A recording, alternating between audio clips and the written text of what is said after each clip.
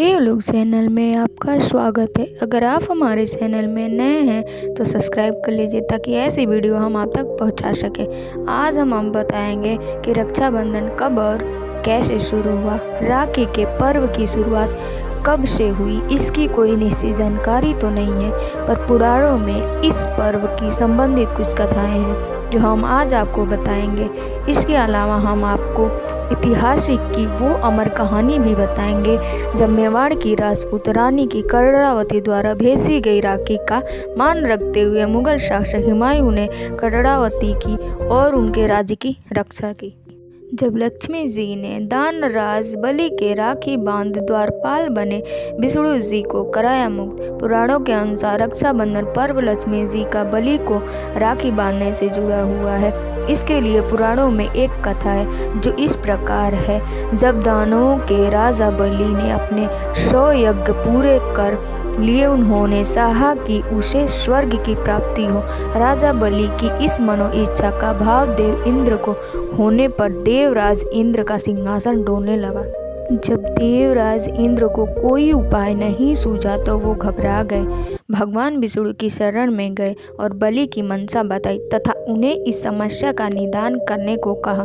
देवराज इंद्र की बात सुनकर भगवान विष्णु वामन अवतार ले लिए ब्रह्मा वेश धर कर राजा बलि के यहाँ भिक्षा मांगने पहुँच गए, क्योंकि राजा बलि अपने दिए गए वचन को हर हाल में पूरा करते थे। जब राजा बलि ने ब्रह्मा जी को विष्णु से कुछ मांगने को कहा तो उन्होंने भिक्षा में 3 पग भूमि मांग ली।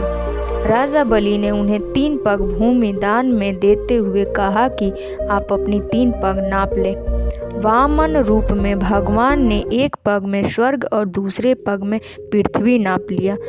तभी तीसरा पैर रखना शेष था। बलि के सामने संकट उत्पन्न होने लगा। आखिरकार उसने अपना सिर भगवान के आगे रख दिया और कहा, तीसरा पग आप मेरे सिर पर रख दीजिए। वामन भगवान ने ठीक वैसा ही किया। श्री विष्णु ने पैर रखते ही राजा बलि पाताल लोक पहुंच गए। बलि के द्वारा वचन तथा पालन करने पर भगवान विष्णु अत्यंत खुश हुए। उन्होंने आग्रह किया कि राजा बलि उससे कुछ मांग ले। इसके बदले में बलि ने रात दिन भगवान को अपने सामने रहने का वचन मांग लिया। श्री विष्णु भगवान को अपना वचन का पालन करते हुए राजा बलि का द्वारपाल बनना पड़ा। जब यह बात लक्ष्मी जी को पता चली तो उन्होंने नारद जी को बुलवाया और इस समस्या का समाधान पूछा। नारद जी ने उन्हें उपाय बताया कि आप राजा बलि को राखी बांधकर उन्हें अपना भाई बना लें और उपहार में अपने पति भगवान विष्णु को मांग लें। लक्ष्मी जी ने ऐसा ही किया। उन्होंने राजा बलि को राखी बांधकर अपना भाई बना लिया। जब राजा बलि ने उनसे उपहार मांगने को कहा तो उन्होंने अपने पति विष्णु भगवान को उपहार में मांग लिया। जिस दिन लक्ष्मी जी ने राजा बलि को राखी बांधी उसी दिन सावन पूर्णिमा थी। कहते हैं कि उस दिन ही राखी का त्यौहार मनाया जाता है। जब इंद्राणी में बाधा देवराज इंद्र को रक्षाबंधन से जुड़ी सबसे प्राचीन कथा देवराज इंद्र से संबंधित है। इसका भी भविष्य पुराण में उल्लेख है। इसके अनुसार एक बार देवताओं और दानवों में कई दिनों तक भयंकर युद्ध हुआ, जिससे कि देवताओं की हार होने लगी।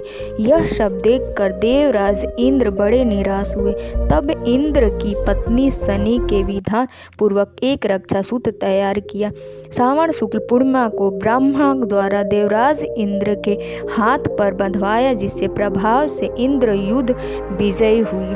तभी यह रक्षाबंधन पूर्व ब्राह्मणों के माध्यम से मनाया जाने लगा। आज भी भारत के कई हिस्सों में रक्षाबंधन के पर्व पर ब्राह्मणों से रक्षा सूत्र बंधवाने का रिवाज है। महाभारत में द्रौपदी का श्री कृष्ण को राखी बांधना। रक्षाबंधन से जुड़ी एक प्रसंग महाभारत में भी आता है। महाभारत में कृष्ण ने शिशुपाल का वध अपने चक्र से किया। शिशुपाल का सिर कटने के बाद जब चक्र वापस कृष्ण जी के पास आया तो उस समय कृष्ण की उंगली कट गई। भगवान कृष्ण की उंगली से रक्त बहने लगा। यह देखकर द्रौपदी ने अपनी साड़ी का किनारा फाड़कर कृष्ण जी की उंगली में बांध दिया, जिसको लेकर कृष्ण कृष्ण जी उसकी रक्षा करने का वचन दिया। इसी ऋण को चुकाने के लिए दुशासन द्वारा चीरहरण करते समय कृष्ण ने द्रौपदी की लाज रखी। तब यह रक्षाबंधन का पर्व मनाने का चलन आ गया।